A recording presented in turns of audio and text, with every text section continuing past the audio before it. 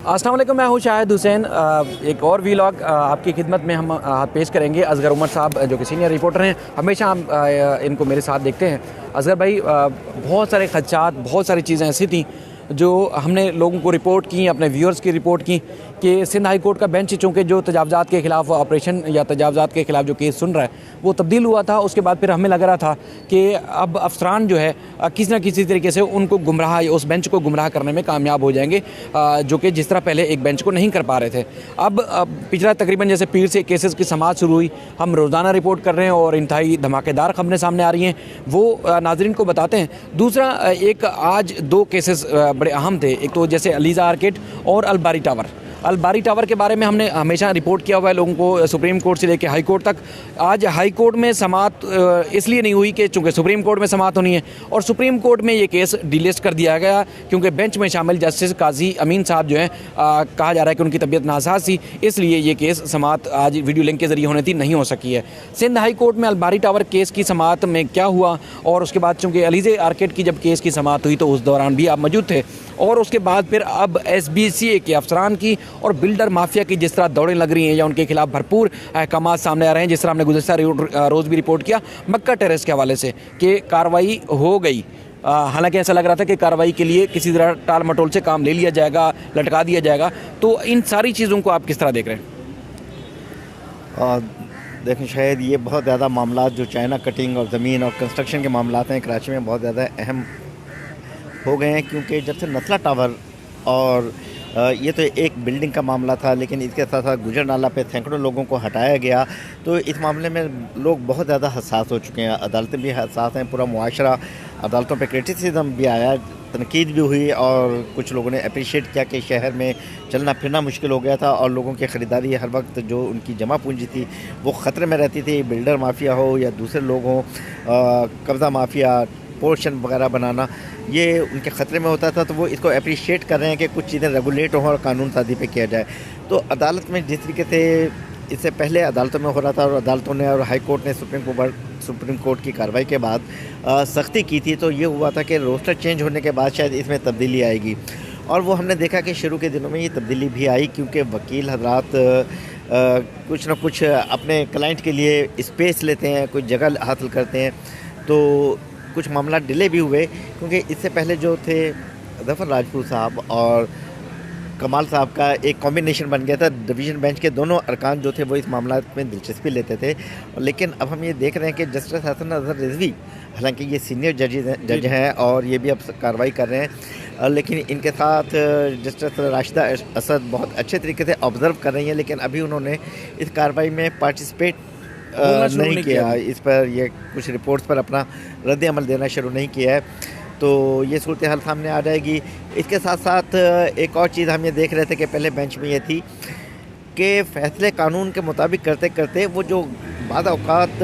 वकला जो गलत स्पेस लेने की कोशिश करते थे, आगे आने थी, वो उसकी हौसला शिकनी करते थे, उसकी हौसला शिकनी करते थे। लेकिन जस्टिस हसन रिजवी चूँकि बहुत सीनियर हैं, चौथे नंबर पर है सीनियरिटी पे, चीफ जस्टिस भी बन सकते हैं, सुप्रीम कोर्ट भी जा सकते हैं, तो वो वकला का मिजाज समझते ख्याल करते हैं, ज़रा शाइस्ता, ज़्यादा पोलाइट हैं, बहुत नरम दिल हैं, तो वो वकला को इस तरह क्रिटिसाइज़ या उनकी हौसला शिकनी नहीं करते कि आप ये गलत दरख्वास्त क्यों लेकर आए हैं या उनको डांट डपट करें। वो नोटिस तो एटलीस्ट कर देते हैं कि ये कुछ हो जाए, फरीक को सुना जाए। इससे थोड़ा सा मामला को तवील किया जा रहा है कि जैसे अभी हमने कल देखा कि मक्का टेरेस के फैसले में सिर्फ ये था कि गिरा कर जो गैर कानूनी जगह है उसे गिरा कर रिपोर्ट पेश करना थी, लेकिन कल भी ये डाउट था कि कुछ लोगों ने जगह खाली की है या नहीं की है, कुछ आए हैं और कौन सी जगह को तोड़ा गया है, कौन सी जगह को नहीं। तो फिर एक स्ट्रक्चर इंजीनियर का तकर्री अमल में आई है, एक नया ऑर्डर आया और बिल्डर को फिर एक मौका मिल गया कि वो कुछ दिनों के लिए और चला जाए। तो ये चीज़ें हो रही हैं, लेकिन ये बात है कि वो इशू और इस मामले को समझ गया है बेंच, और उन्होंने आज जो अलीज़ा आर्किड में उन्होंने बात की है, और इससे पहले भी एक दो केसेस में गोल्डन टाउन पंजाब का और ये हुआ, उन्होंने कहा कि यूटिलिटीज़ जहाँ गैर कानूनी कंस्ट्रक्शन पोर्शन का नाम आ जाए, तो ये जो लीगल चीज़ें हैं, बिजली, पानी, गैस, इसकी सहूलत है तो पहले मरहले पर बंद कर देनी चाहिए। और फिर आज अलीज़ा आर्किड के सिलसिले में जब उन्होंने कहा कि आप तो ये 5 साल लगा देंगे, कि नोटिस बेदखल करना, ये लोगों को वहाँ से घर से बेदखल करना, ये तो काम नहीं होगा। एक ख़त लिखते हैं और ख़त पता नहीं कैसे जाता है कि घोड़ों पर जाता है, कि जो महीनों और साल लग जाते हैं। तो उन्होंने कहा कि ना सिर्फ ये कि उन ज़िम्मेदारान अफसरान के नाम हमें अदालत को बताया जाए कि हम कोई कार्रवाई करें, इसके साथ साथ एंटी करप्शन एस्टेब्लिशमेंट को भेजे जाएँ, क्योंकि ख़ुद SBCA ने अभी तक उनके ख़िलाफ़ कोई कार्रवाई नहीं की है, कोई रद्द अमल नहीं आया और काम इसी तरीके से जारी हैं। बल्कि एक और पटिशन में उन्होंने कहा कि ये तो काम 2013 से ही बिगाड़ पैदा हुआ है पूरे शहर में। जी जी, इसमें जैसे वो था सेक्टर 7 नई कराची का जो मामला था, तो उसमें रफाई प्लाट जो है वो तकरीबन कोई 38 जो है वो मुख्तलिफ जमातों के मुख्तलिफ लोगों को उनको इलाटीज़ को इलाट कर दिए गए और 110 गज़ की कटिंग करने के बाद तो रफाई प्लाट में उन्होंने कहा कि कटिंग हो ही नहीं सकती और इलाट किसी को हो ही नहीं सकते, तो उस पर भी बड़े उन्होंने सख्त सवालात उठाए थे। लेकिन शायद पूरा कराची का मसला है। अभी ये बात कर रहे हैं, आपने जो हवाला दिया कि 38 आदमी आए, ये कराची का एक कोना नॉर्थ कराची की जानिब है। जी जी। लेकिन सुबह ही एक केस में डिफेंस फेज़ 2 और CBU के यहाँ पर जो पार्क्स हैं, इनका भी कैंटोनमेंट का भी मामला आया। जी जी। और इसी तरीके से हम वेस्ट में और दूसरी जगहों के लिहाज के ये रिपोर्ट करते हैं। पूरे शहर का एक मामला है कि इरेगुलरिटीज़, बिल्कुल ऐसा लगता था 2013 से कि शहर में कोई कानून नहीं है, कोई अदारा नहीं है रेगुलेट करने का। पैसे दें या अपनी ताकत का मुजाहरा करें और जो चाहे काम कर लें। इससे अवाम जो थे, आम शहरी अपना जमा पूंजी से बिल्कुल तबाह और बर्बाद हो रहे थे। वो 5-10 साल के बाद उन्हें पता लगता था कि ये जगह तो गैर कानूनी है। तो अब जो है बेंच ने कहा है कि जहाँ भी गैर कानूनी कंस्ट्रक्शन हो, पहले मरहले पर ही उसकी यूटिलिटी सर्विस बंद कर दी जाए। ठीक है। और अब SBCA अफसरान के ख़िलाफ़ एंटी करप्शन एस्टेब्लिशमेंट के में भी कार्रवाई हो, फिर उनके ख़िलाफ़ डिपार्टमेंटल कार्रवाई भी हो। इसलिए DG SBCA को भी उन्होंने तलब किया। उन्होंने कहा कि हम जहद कार्रवाई होनी चाहिए, बिल्डर्स के ख़िलाफ़ भी क्रिमिनल कार्रवाई होनी चाहिए, जो मिली भगत करते हैं SBCA के अफसरान, उनके साथ तो भी होनी चाहिए। अलीज़े आर्किड का जो एक 4th, क्योंकि उन्होंने ग्राउंड +3 की परमिशन ली थी जो अलीज़े आर्किड गुलशन इकबाल 13 D1 में है, तो उसके बाद उनका 4था फ्लोर जो था वो गैर कानूनी था। अब उसको अदालत ने मसमार करने का हुक्म दिया है, जाके तोड़ दें। उन्होंने कहा कि ना सिर्फ तोड़ें बल्कि ये रिपोर्ट दें, क्योंकि तोड़ने का हुक्म तो पहले हो गया था। SBCA आकर एक खेल खेलती हैं कि जी वहाँ पर अफराद हैं, इंसानी मामला है। उन्होंने मुजाहरा किया था एक दफ़ा, उन्होंने ये कहा, और अब भी जी वो लोग बेदखल नहीं हो रहे हैं, हम उन्हें नोटिस दे रहे हैं कल भी। लेकिन और आज हम 2022 में बैठे हैं। 2016 में अलीज़े आर्किड के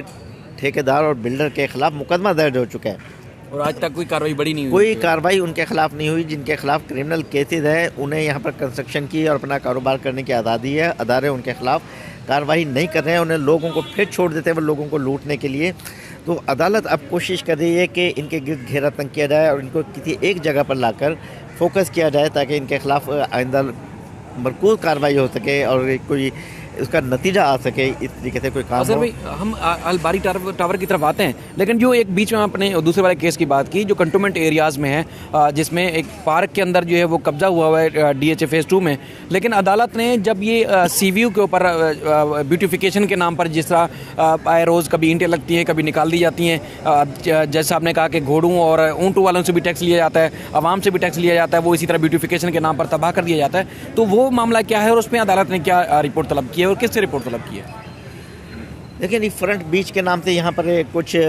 प्रोजेक्ट शुरू किए जा रहे हैं DHA की जानिब से भी और कंट्रोलमेंट बोर्ड की जानिब से भी। और समंदर अल्लाह ताला की एक नेमत है, इसे खूबसूरत बनाना चाहिए और ये इस पर बहुत ज़्यादा कोशिशें की जा रही हैं। लेकिन ये कोशिशें देर पा नहीं होती हैं। ऐसा लगता है कि किसी को नवाजने के लिए या कुछ काम करने के लिए कुछ अरसे के लिए सीजनल होती हैं और फिर वो चीज़ें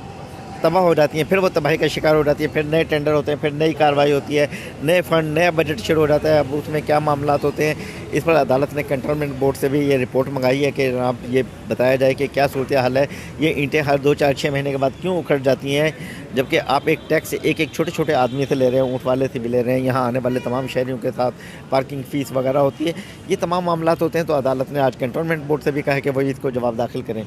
सर दूसरा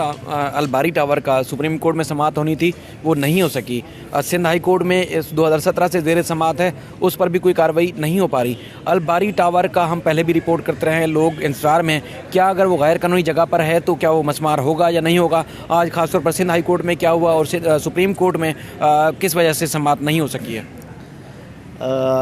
देखें, शायद आज ये बहुत अफसोसनाक सूरत हाल है। जैसे अभी मैंने कहा अलीज़े आर्किड में कि बिल्डर के ख़िलाफ़ 2016 में कार्रवाई हुई थी, मुकदमा दर्ज हुआ था, अभी कोई कार्रवाई नहीं हुई। आज जब अलबारी टावर का केस सिंध हाई कोर्ट में था, तो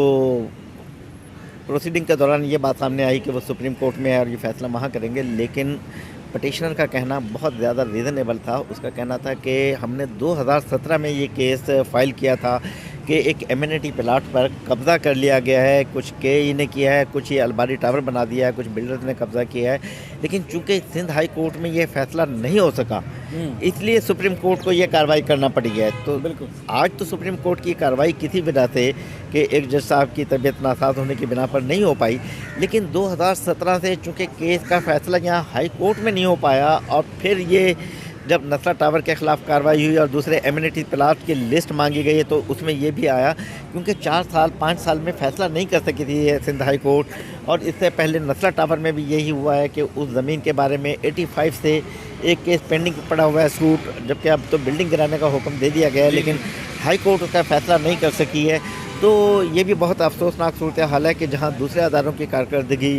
अफसोसनाक है, वहाँ पर अदालतों में भी मामला इतने तवील हो जाते हैं कि वो फिर बाद में एक परेशान कुन और मुआशरे के लिए एक नासूर बन जाते हैं और बड़ी तशवीशनाक सूरत हाल होती है। फिर सुप्रीम कोर्ट का नोटिस होता है या मीडिया पे हाइप क्रिएट होती है तो कुछ कार्रवाई होती है या सुप्रीम कोर्ट को करना पड़ता है, लेकिन प्रोसेस के ज़रिए जो कंसर्न अदालत थी, पहले अगर हाई कोर्ट ये फैसला कर देती तो ये मामला सुप्रीम कोर्ट नहीं जाते और शहर जो है वो अच्छे तरीके से यहाँ की कंस्ट्रक्शन, यहाँ के शहरी अपने पार्क्स और ग्राउंड को एंजॉय करते और एक अच्छी ज़िंदगी को गुजारते। असगर भी आपका बहुत शुक्रिया, आपने अपना कीमती वक्त दिया। हमने एक वीडियो कुछ अर्सा पहले की थी जिसमें कराची के यानी कि मलीर के इलाकों में तकरीबन 16 ऐसे बड़े प्रोजेक्ट हैं जो कि बड़े नामी गिरामी बिल्डर्स के हैं, वो गैर कानूनी हैं। उनका अब तक जो है कोई केस अदालत में नहीं आया, लेकिन मुख्तार कार ने डीसी को ख़त लिखा कि यहाँ पे तामीरात जो है रोकी जाए, चूँकि सरकारी ज़मीन है और जो प्रोजेक्ट तामीर किए जा रहे हैं वो गैर कानूनी हैं। कुछ मैंने वीडियोज़ देखी कुछ सोशल मीडिया पर भी, वहाँ पर जाकर बाकायदा तौर पर असिस्टेंट कमिश्नर और दीगर की जानिब से काम रुकवा दिया गया है और उसके बाद फिर वहाँ बताया जा रहा है कि उन बिल्डर्स के खिलाफ जिन्होंने गैर कानूनी तामीरात की उनके खिलाफ कार्रवाई भी की जाएगी। अच्छा, वो बेशुमार हमारे जो देखने वाले हैं वो मुख्तलिफ दीगर प्रोजेक्ट्स के बारे में भी कमेंट सेक्शन में सवाल ज़रूर करते हैं, लेकिन हम दीगर जो प्रोजेक्ट्स हैं उनके बारे में बताने से इसलिए भी कासिर हैं चूँकि जो केस हमारे सामने अदालतों में आते हैं हम वो चीज़ें रिपोर्ट करते हैं। अब उसका बैकग्राउंड में क्या मामला चल रहा है उसमें ज़ाहिर बहुत सारी पेचीदगियाँ हैं, बहुत सारी चीज़ें ऐसी होती हैं जहाँ रसाई नहीं होती या जहाँ पर अप्रोच बहुत करना बहुत आसान काम नहीं होता, तो इसलिए उन चीज़ों के बारे में हम बताने से कासिर रहते हैं। लेकिन जो चीज़ें ख़त किताबत सरकारी सतह पर होती है या अदालतों में जो मामला सामने आते हैं हम वो ज़रूर आप तक रिपोर्ट करते हैं। कई ऐसे प्रोजेक्ट्स हैं, बल्कि 16 प्रोजेक्ट्स का जो मैंने नाम लिए थे वो मीडिया ने कल चलाया, मैंने एक हफ़्ता पहले तकरीबन वो रिपोर्ट्स किए थे, जिसमें मलीर के जो प्रोजेक्ट्स है जिन्हें एवेन्यू और उसके आसपास के, बाकी जो गुलशन इकबाल, गुलशन जोहर ब्लॉक 10, गुलशन इकबाल और दीगर इदारों में दीगर जो ब्लॉक्स में या कराची के मुख्तलिफ इलाकों में तजावज़ात के खात्मे के हवाले से बहुत सारे लोग सवाल करते हैं, तो उनके लिए भी यही है कि सुप्रीम कोर्ट ने और सिंध हाई कोर्ट ने तजावज़ात के खात्मे का बिल्कुल हुक्म दे रखा है, चाहे वो एम्यूनिटी प्लाट्स हैं, एसटी प्लाट्स हैं या किसी तरीके से जो भी रफाही प्लाट है उनके ऊपर से तजावज़ात के खात्मे का हुक्म दे रखा है। अब चूँकि मशीनरी अब एक्टिव हो चुकी है, एंटी इंक्रोचमेंट का इदारा एक्टिव हो चुका है, ज़ाहिर है वो जिस तरह उनको मौका मिलता जाएगा, टाइम मिलता जाएगा, बारी बारी से तजावज़ात के खात्मे के लिए कार्रवाई जो है वो करते रहेंगे। हमारी उन हुकाम से बात होती है तो अक्सर वो हमें यही जवाब देते हैं कि एक जगह तजावज़ात के खात्मे के बाद फिर दूसरी जगह तजावज़ात के खात्मे के लिए जो है ऑपरेशन किया जाएगा, पहले शहरियों को या वहाँ के जो मकीन हैं उनको नोटिस दिए जाएंगे। ये इंतहाई अहम तरीन अपडेट्स थी जो मैंने आपके सामने रखी। फिर भी इस सिलसिले में या मज़ीद जो खबरें होंगी, अपडेट्स होंगी आपके सामने रखते रहेंगे। अपना ख्याल रखिएगा। अल्लाह हाफ़िज़।